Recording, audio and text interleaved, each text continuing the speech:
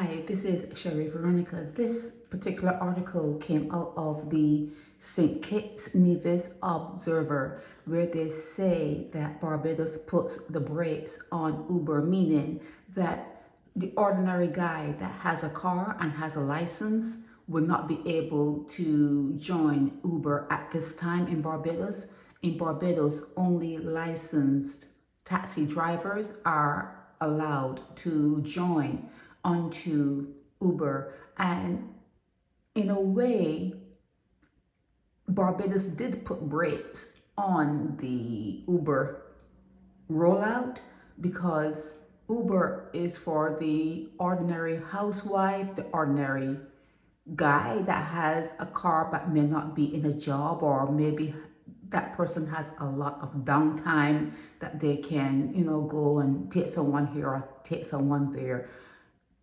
That is what Uber is all about. Just ordinary people who may have a good, nice looking vehicle to join up with the service. But let me go to the Nation and show you what they're saying there. This one was out of St. Kitts, okay? Yeah, at first, that St. Kitts article threw me off when it talked about putting brakes on it, but it explains a lot, because here in this meeting where the Uber representatives, you see what they look like, right? When they spoke to Mia Motley, the Deputy Prime Minister, Santia, and the guy who is in charge of taxi people, let me see, the president of the Bridgetown Port Taxi Co-op, Adrian Bailey. But there are many, there seem to be many people who are in charge of different taxis in different areas. And Uber at the moment, they are running in St. Lawrence Gap and Oistins area. They are running in that area, but for the 2025 to 2026 winter season, they're not going to be running at the downtown port, the Bridgetown port, which again was kind of strange, because if it is only licensed taxi drivers who are using Uber, why restrict them? Why the restriction for them working at the port? Why do that? I can see them doing that if the ordinary person signed up to be an Uber driver, but that's not the case. The only people that they are allowed to work with at this point are licensed taxi drivers, and they are charging in US dollars, and they are charging per regulations in Barbados. They have to follow all the rules and regulations in Barbados. They cannot, like was suggested earlier, charge $5 less. Remember, they were saying, taxi drivers were saying that they are kind of like wary of the pricing because it's less. It may be $5 less, $6 less, whatever, but it's less. But that's not the case. Or it's not the case now.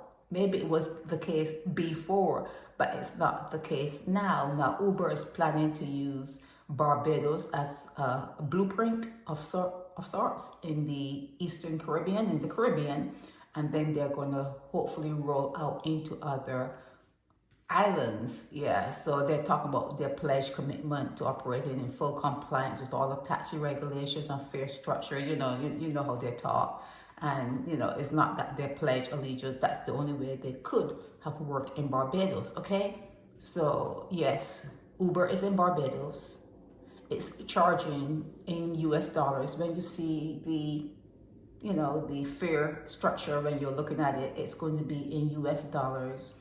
And they're only working at this point with licensed taxi drivers in Barbados. And excuse me, whatever money that they're charging is the money that taxi drivers charge throughout Barbados. It's regulated. It's all regulated. And so far, there are 400 drivers, not just 400 drivers, but 400 licensed taxi drivers, okay?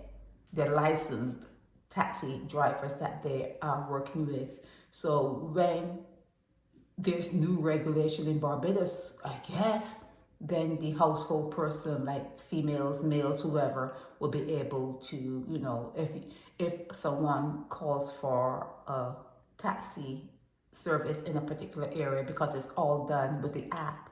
You have to download the app, okay, on your phone. And if you live, let's say you live somewhere in wherever, and your neighbor is available to work, that will ping to that neighbor's phone, or however many neighbors are signed up with Uber, and you can get a taxi within a minute, you know, when it's done that way. So yeah, Uber is good. Well, in the United States, having Uber is really good. Uber Eats good, everything.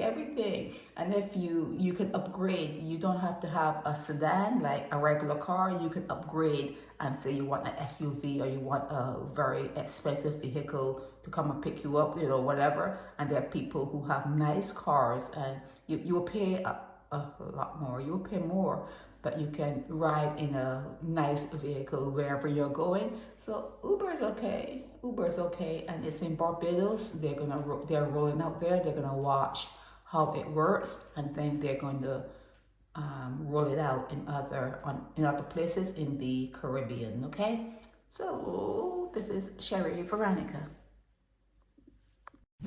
Help me spread the word about Naked Departure via social media. Subscribe and share to show support and love for our channels.